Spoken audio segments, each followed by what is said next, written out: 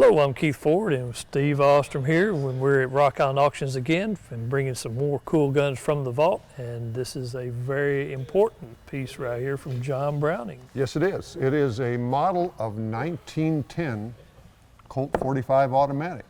The last step to get to the 1911 as we know it today. And looking at this side, you don't see much missing or much different. They've changed the grip angle to 74 degrees rather than the earlier 84 degrees like on the 1909. Little different on the grips here. There's no screws. And that was a early key mod modification. These screws go on studs and slip up and are retained by the mainspring housing pin, of all things. That didn't last, obviously, but it was one solution to screws coming loose on earlier trial guns. So they tried this, and they patented that later. When you flip the gun over, there's where the differences are. No thumb safety. That came on some of these guns. They had retrofitted thumb safeties on them. They were still working that out.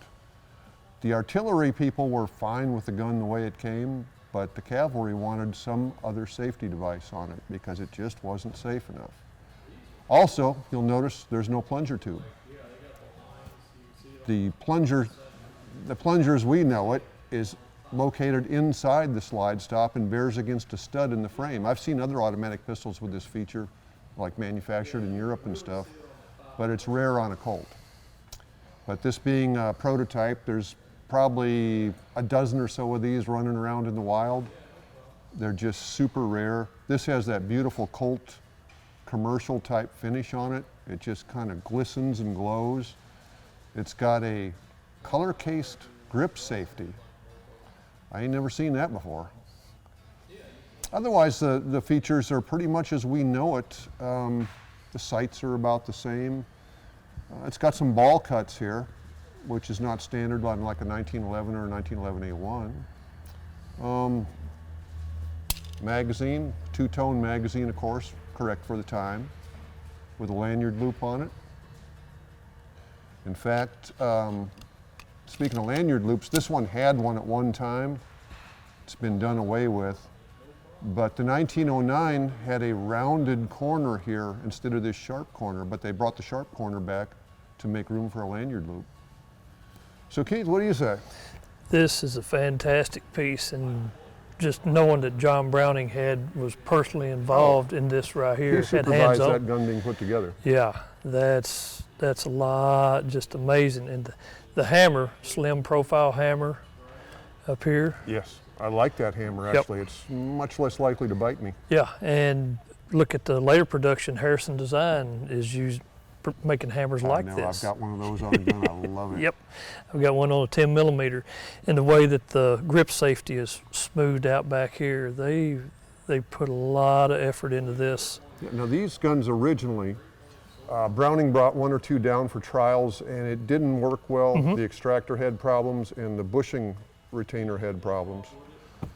He went back to Hartford and remanufactured it, reworked it, and brought it back, and it went through the trials and did very well. It wasn't perfect, but it was miles ahead of the Savage, which the Savage 45 was its only competition at this point, and we're right on the cusp of 1911. Yeah, yep, this was the one that really got it going. Yeah, so pretty slick.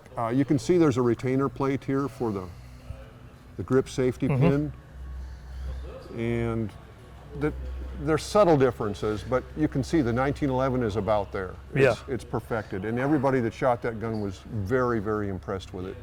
Yep. So just a slick piece, condition like that. I mean, you couldn't ask for more.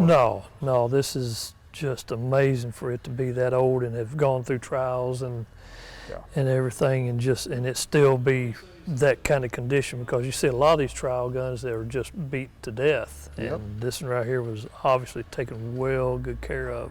Yep, and Browning himself probably handled that gun at some point. Yep, that's just a very amazing piece, sir. That is the Colt 1910 45 automatic. And yes, amazing and super cool piece.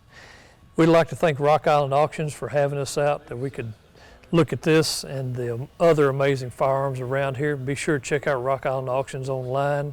This just amazing in what all's here. While you're at it, be sure and hit that like and subscribe, and be sure and drop us a comment. Thanks for watching, and be sure to tune in again whenever we bring another gun from the vault.